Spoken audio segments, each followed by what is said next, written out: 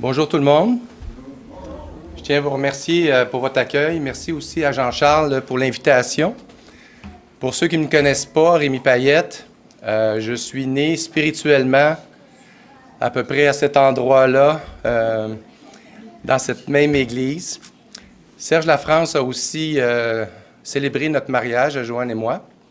Nous sommes rendus, on a 3 enfants. On a maintenant 3 petits-enfants. Donc, pour ceux qui connaissent Hélène, elle a eu un petit garçon il y a environ 6 mois. Puis je pense à Benjamin, là, qui nous a dit qu'il était rendu maintenant avec 3 enfants, lui et son épouse. Et Dominique, le plus jeune, est rendu avec 2 petites filles. Fait que, il y a des chances. Avec le temps, ça progresse. Donc, merci encore, puis que le Seigneur puisse vraiment bénir sa parole dans vos cœurs ce matin et dans le mien aussi. On va faire ce matin un survol du livre de Jude. Alors, on va commencer dès le début avec le premier verset. On va passer au travers le verset, et puis je vais commenter au fur et à mesure. Donc, dès le verset 1, il est mentionné Jude, serviteur de Jésus-Christ et frère de Jacques. On lit que l'auteur s'appelle Jude.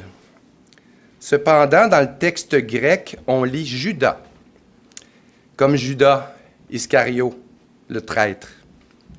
Normalement, nous devrions y lire Judas, mais afin d'éviter une connotation négative, les traducteurs ont cru bon d'inscrire le nom de Jude.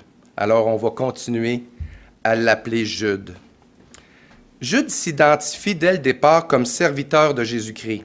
Il met l'emphase sur sa relation spirituelle avec le Seigneur, bien qu'il soit son demi-frère.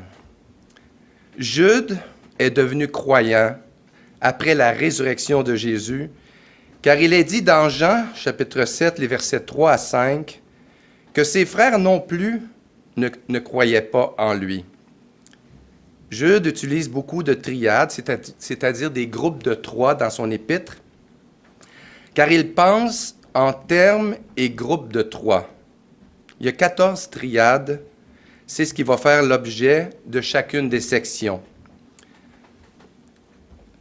La première triade, verset 1, Jude, serviteur de Jésus-Christ, frère de Jacques, à ceux qui ont été appelés, qui sont aimés en Dieu le Père et gardés pour Jésus-Christ. Jude commence en force et présente sa première triade qui indique ce qui veut dire être sauvé, appelé, aimé et gardé. Les croyants ont été appelés par le Saint-Esprit. Théologiquement parlant, cet appel est l'œuvre du Saint-Esprit. C'est un appel efficace auquel nous avons répondu, qui amène une personne au salut. Ils sont aimés en Dieu le Père, qui consiste à être élus et choisis en Jésus par Dieu le Père. Et troisièmement, ils sont gardés pour Jésus-Christ, et cela est la garantie d'une sécurité éternelle. Si notre salut est gardé par Dieu, il n'y a plus de sujet de s'inquiéter, nous irons au ciel.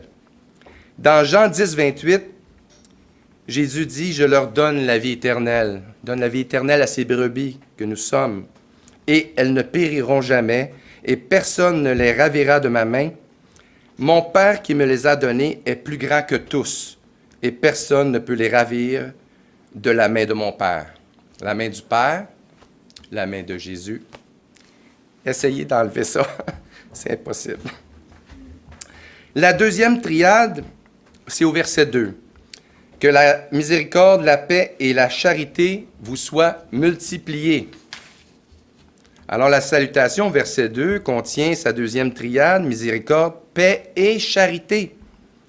Tandis que les salutations de 1 et 2 Pierre sont par groupe de 2, Jude pense en termes de triade, en groupe de 3, et il ajoute un troisième élément, et c'est un élément qui est quand même significatif, c'est celui de l'amour. Effectivement, lorsque Dieu fait miséricorde, ce qui se produit, c'est la multiplication de la paix et de l'amour dans notre vie. Dans le psaume 40, verset 5, il est dit « Tu as multiplié, Éternel mon Dieu, Tes merveilles et tes desseins en notre faveur. Nul n'est comparable à toi. Je voudrais les publier et les proclamer, mais leur nombre en est trop grand pour que je les raconte. On voit dans la salutation de 1 Pierre, au chapitre 1, verset 2, il termine le verset 2 en disant que la grâce et la paix vous soient multipliées. Mais là, on est dans Pierre. Dans 2 Pierre 1, 2, le même terme est utilisé, que la grâce et la paix vous soient multipliées par la connaissance de Dieu et de Jésus-Christ notre Seigneur. Si on a un mot à retenir dans la deuxième triade, c'est multiplier. C'est des bénédictions qui arrivent en grand nombre parce que nous sommes croyants. La troisième triade, on le voit au verset 3 et 4 de Jude. Alors Jude continue en disant, « Bien-aimés, comme je désirais vivement vous écrire au sujet de notre salut commun, je me suis senti obligé de le faire afin de vous exhorter à combattre pour la foi qui a été transmise aux saints une fois pour toutes. Car il s'est glissé parmi vous certains hommes dont la condamnation est écrite depuis longtemps, des impies qui changent la grâce de notre Dieu en dissolution et qui renient notre seul Maître et Seigneur Jésus-Christ. » Jude aurait bien voulu développer davantage sur le salut, mais il est contraint de le faire car il trouve important de parler des faux enseignants. Alors la première chose qu'il est dit, c'est que la condamnation est écrite depuis longtemps. C'est au sujet des impies. Il s'agit d'un décret de Dieu contre les incroyants qui les condamne à la peine éternelle, à moins qu'ils ne viennent à la foi. Dans Marc 4, 11, la traduction ici est très importante, mais on va le lire comme je le vois dans la Louis II. Il est écrit, « C'est à vous qu'a été donné le mystère du royaume de Dieu. Mais pour ceux qui sont dehors, tout se passe en parabole, afin qu'en voyant, ils voient et n'aperçoivent point, et qu'en entendant, ils entendent et ne comprennent point, de peur qu'ils ne se convertissent et que les péchés ne leur soient pardonnés. » Alors, de peur qu'ils ne se convertissent, c'est comme si le Seigneur avait peur que les gens se convertissent.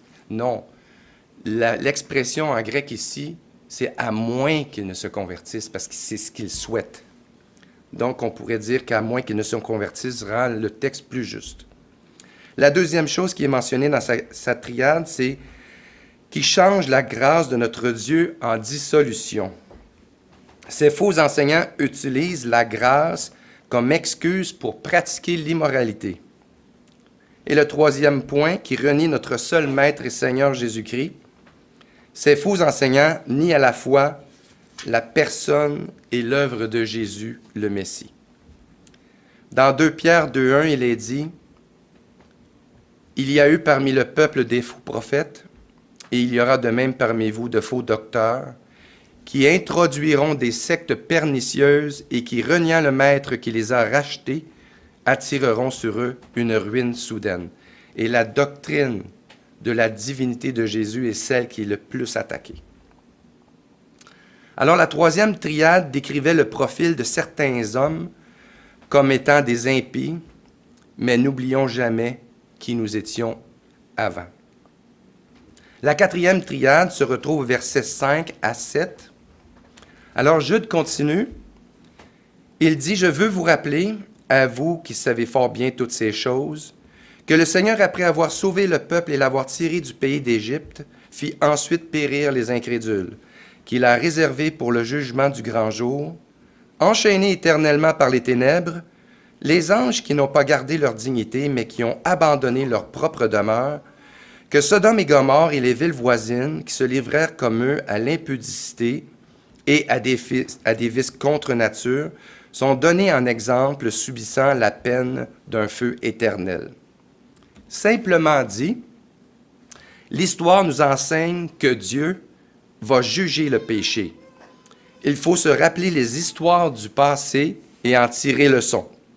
La première leçon est tirée de l'histoire du peuple après être sorti du pays d'Égypte et de son séjour dans le désert, Oui, Dieu a sauvé son peuple du pays d'Égypte, mais il a aussi fait périr les non-croyants. Il fit ensuite périr les incrédules, comme nous dit le texte. Dans Nombre 14, 36, relate cet événement. Les hommes que Moïse avait envoyés pour explorer le pays et qui, à leur retour, avaient fait murmurer contre lui toute l'assemblée en décriant le pays, ces hommes qui avaient décrié le pays moururent frappés d'une plaie devant l'Éternel. La deuxième leçon est tirée du jugement des anges déchus, qui ont tenté de corrompre la lignée du Messie en intervenant dans la sphère terrestre. Genèse 6.1 relate cet événement. Lorsque les hommes eurent commencé à se multiplier sur la face de la terre et que des filles leur furent nées, les fils de Dieu virent que les filles des hommes étaient belles et ils en prirent pour femmes parmi toutes celles qu'ils choisirent. Il est dit qu'ils sont enchaînés éternellement par les ténèbres, parce que c'était vraiment quelque chose de très mauvais. Cet endroit s'appelle le Tartarus. Ce n'est pas un endroit où sont confinés temporairement certains démons. Il s'agit d'un confinement permanent qui est réservé en particulier à ces anges déchus qui ont péché dans Genèse 6. Tartare, on se souvient de la sauce tartare, c'est un mélange de mayonnaise et de relish. Alors, eux, ils ont mélangé l'être angélique avec la race humaine. Donc, c'était quelque chose de très mauvais. Le Tartarus, c'est comme une prison. Ces anges-là, lorsqu'ils vont être jugés définitivement, ils vont s'en aller directement dans le lac de feu. On voit ça dans 2 Pierre 2,4.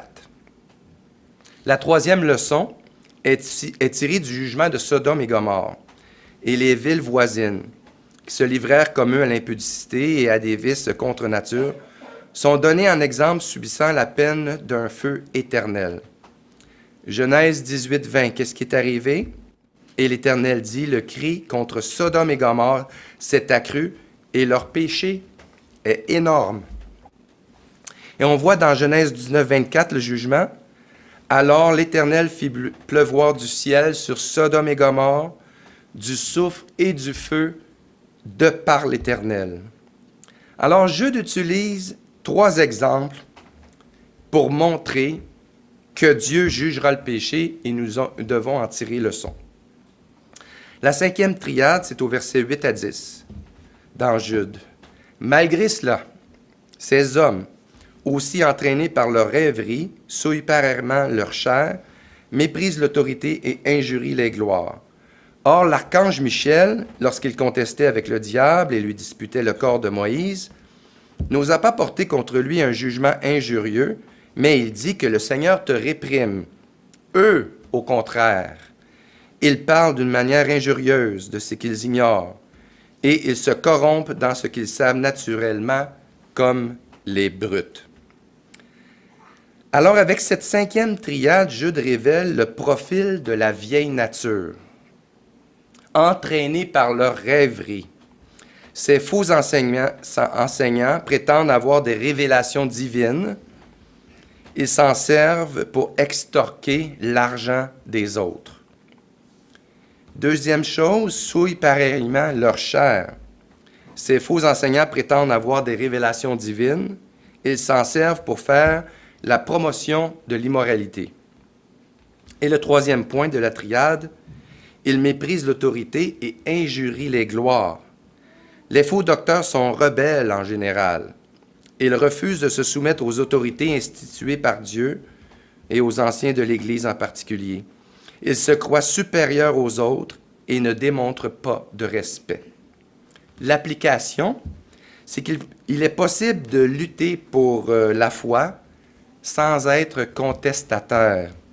Il est possible de lutter pour sa foi sans être condescendant. La 6e triade que Jude donne révèle 3 noms de pécheurs que l'on retrouve dans l'Ancien Testament qui identifient chaque catégorie de la vieille nature. Verset 11. Malheur à eux car ils ont suivi la voie de Caïn. Ils se sont jetés pour un salaire dans l'égarement de Balaam. Ils se sont perdus par la révolte de Corée. Le premier, Caïn.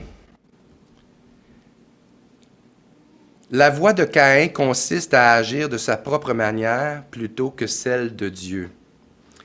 Caïn est le genre de personne qui n'a pas d'amour pour son frère. Il représente la convoitise de la chair. Il a cherché son propre intérêt et en conséquence, la jalousie s'est emparée de lui et il est devenu un meurtrier. Les faux enseignants n'ont de l'amour que pour eux-mêmes.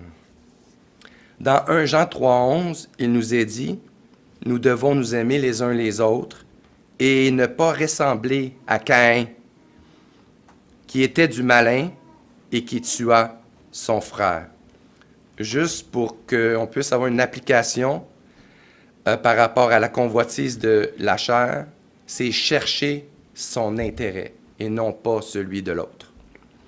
Balaam, le deuxième personnage. L'intention de Balaam n'était pas de servir Dieu, mais de faire de l'argent au profit de Dieu. Les faux enseignants font de même, ils cherchent des moyens de faire de l'argent. Ils ont le cœur exercé à la cupidité. Balaam représente la convoitise des yeux. Aussi, puisqu'il n'était pas en mesure de maudire Israël, il s'est rendu coupable de prodiguer des conseils qui ont conduit le peuple de Dieu vers l'immoralité. Dans 2 Pierre 2,14, on parle de Balaam. Il parle aussi des faux enseignants, l'apôtre Pierre. Il dit, ils ont les yeux pleins d'adultère et insatiables de péché. Ils amorcent les âmes mal affermies. Ils ont le cœur exercé à la cupidité. Ce sont des enfants de malédiction. Après avoir quitté le droit chemin, ils se sont égarés en suivant la voie de Balaam, fils de Bosor, qui aima le salaire de l'iniquité.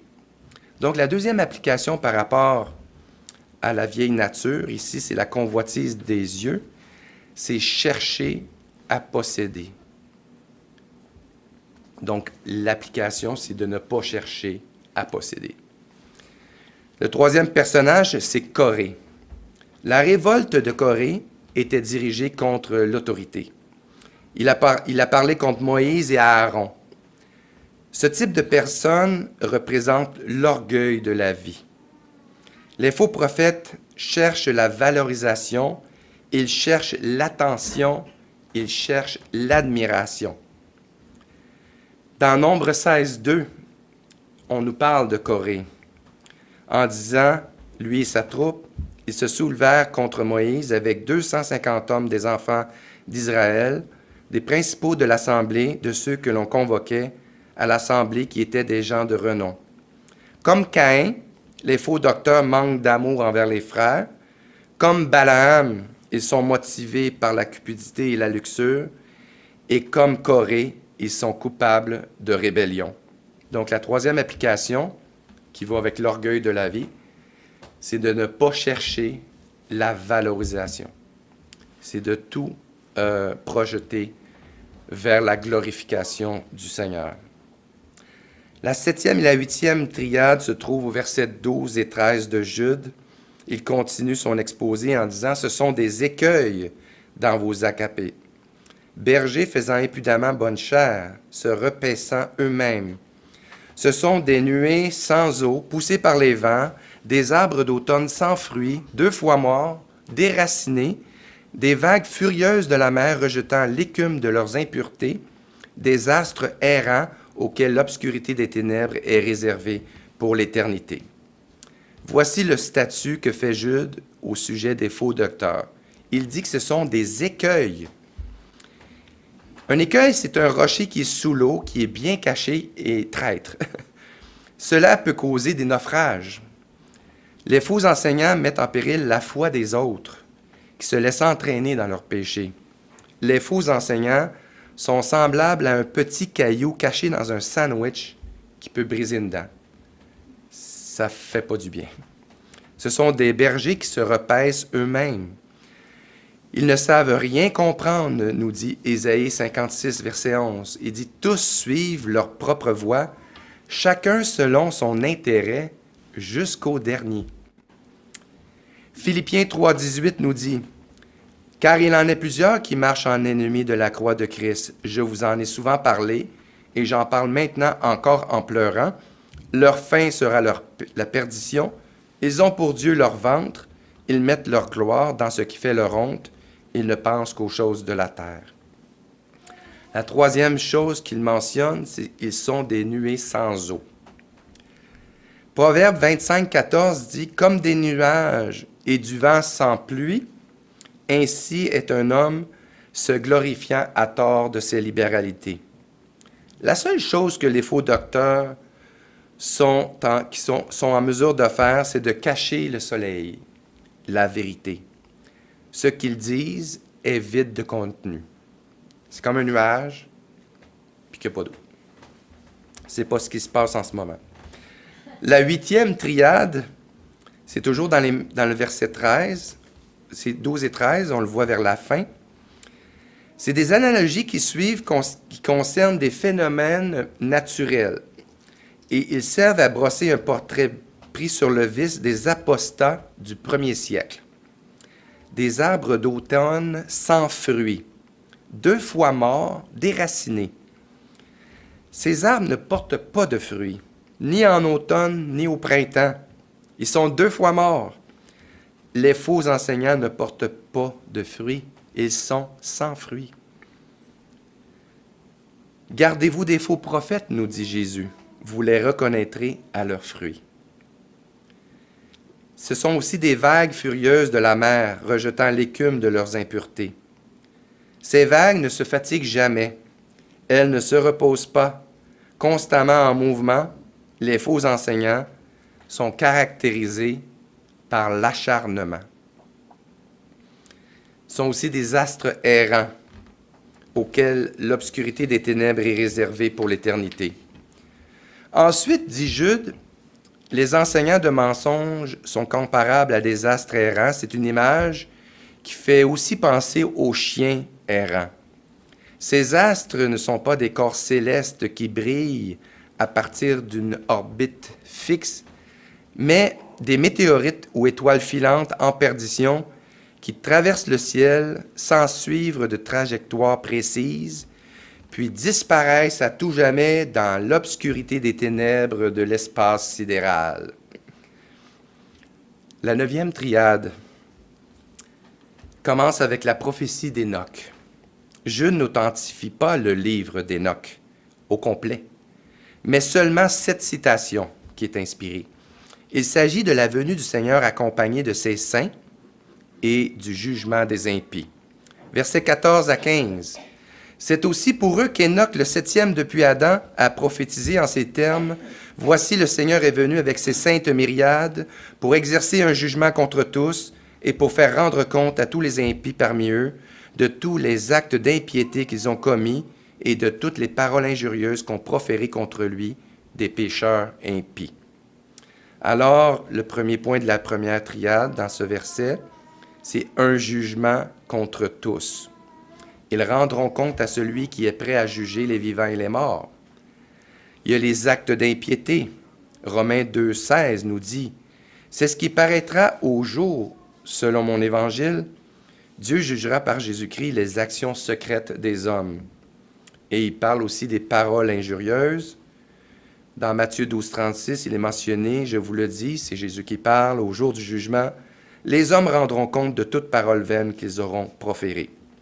Alors, lorsque les impies seront jugés, ils seront condamnés à la fois par ce qu'ils disent, leurs paroles, et par ce qu'ils font, leurs actes.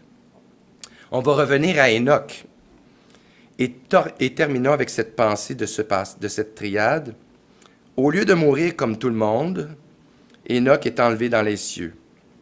La fin extraordinaire de ce patriarche, sur lequel nous avons très peu d'informations, est une image, ou plutôt un court-métrage de l'enlèvement de l'Église. Un mystère finalement révélé sous la plume de l'apôtre Paul. Dans Genèse 5, 24, il est mentionné qu'Hénoch marcha avec Dieu. Je pense qu'il avait compris. Il était en relation constante avec Dieu.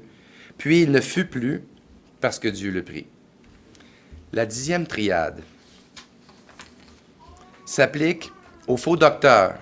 Eux aussi seront jugés par leurs paroles et par leurs actions.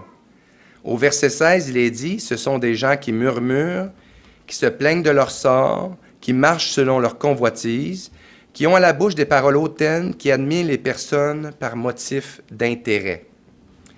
Ce sont des gens qui murmurent. Ce sont des gens jamais contents. Ils accumulent du ressentiment. On pourrait dire c'est des murmureurs, si ce mot existait dans le dictionnaire. C'est des gens qui se plaignent. Un verbe qui signifie celui qui blâme. On pourrait dire un blâmeur, si ça existait dans le dictionnaire. Ce sont des gens qui trouvent toujours des fautes chez les autres. Ils ne s'avouent jamais coupables. Ils marchent selon leur convoitise. Alors j'ai inventé un nouveau mot, s'il y en a qui veulent les rajouter dans le dictionnaire. Ce sont des convoiteurs. Mais ce mot n'existe pas, mais vous comprenez au moins l'idée des trois mots. Les faux docteurs seront aussi jugés. Ils seront condamnés à la fois par ce qu'ils disent, leurs paroles, et par ce qu'ils font, leurs actions.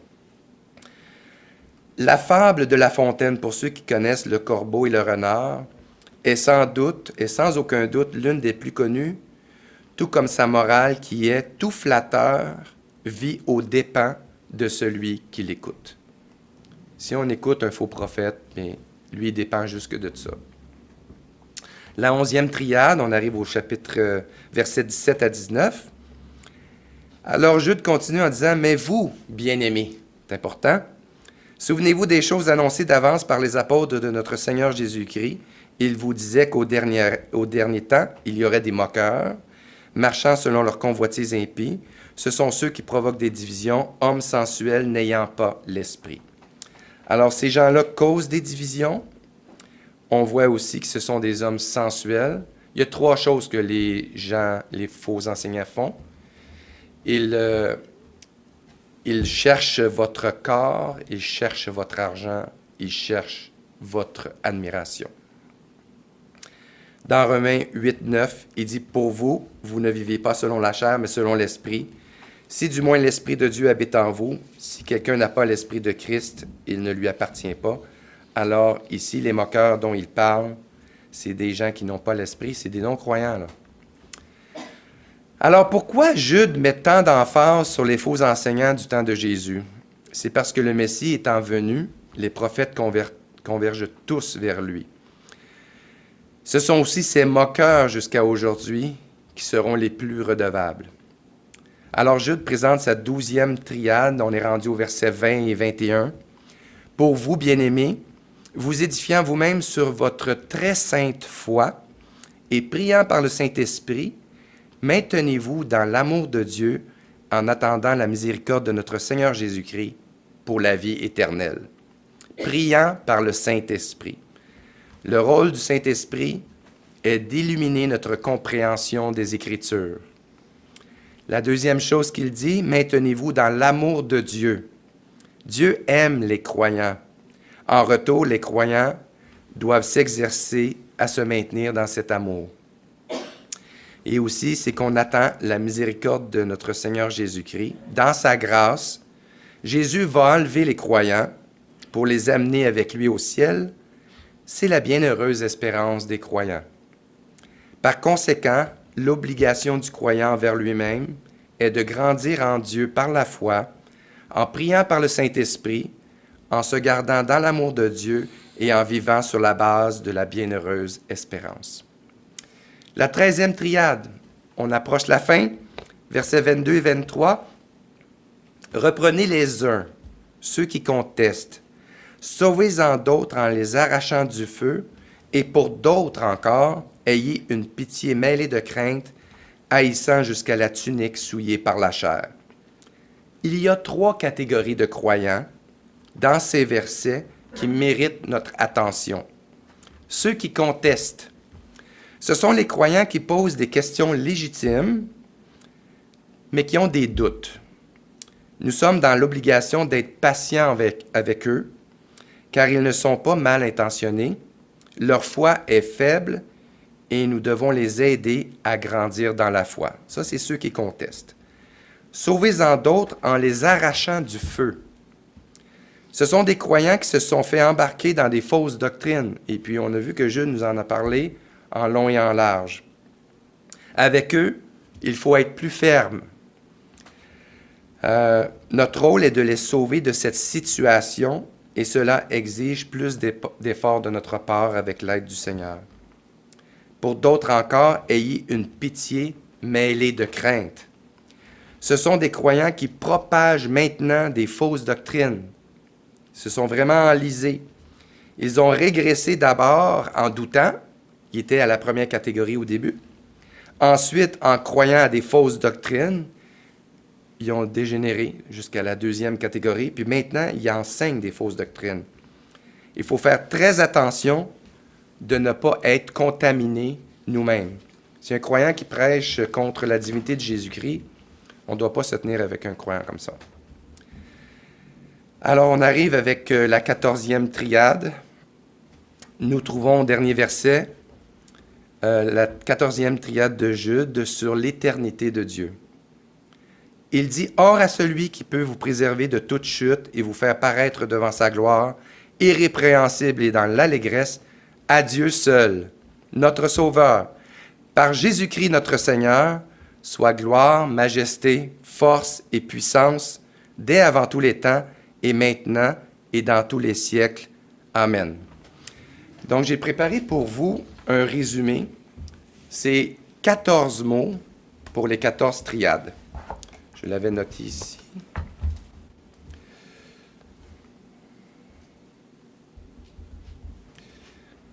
Le mot à retenir de la première triade, c'est le mot « garder ».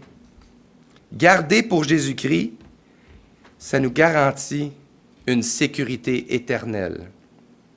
Le mot à retenir de la deuxième triade, c'est le mot « multiplier ».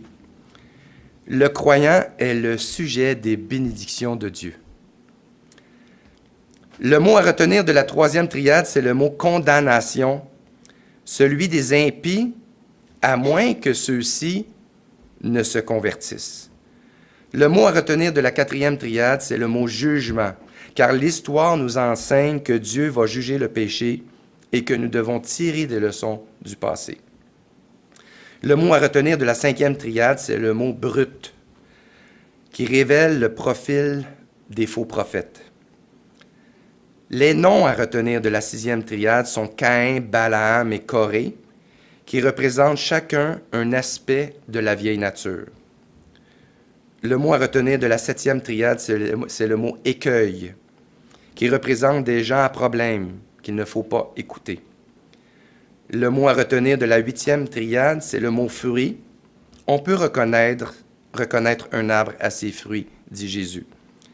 Le nom à retenir de la neuvième triade, c'est Enoch, qui parle de la venue de Jésus avec les siens, ce qui veut dire que nous, on va avoir été enlevés auparavant. Le mot à retenir de la dixième triade, c'est le mot « intérêt », un motif qui peut être égoïste ou on peut s'en servir comme de l'altruisme. Le mot à retenir de la onzième triade, c'est le mot « moqueur ». Eux dénigrent surtout les choses spirituelles. Le mot à retenir de la douzième triade, c'est le mot « foi », qui invite les croyants à prier, se maintenir dans l'amour et d'attendre activement le Seigneur.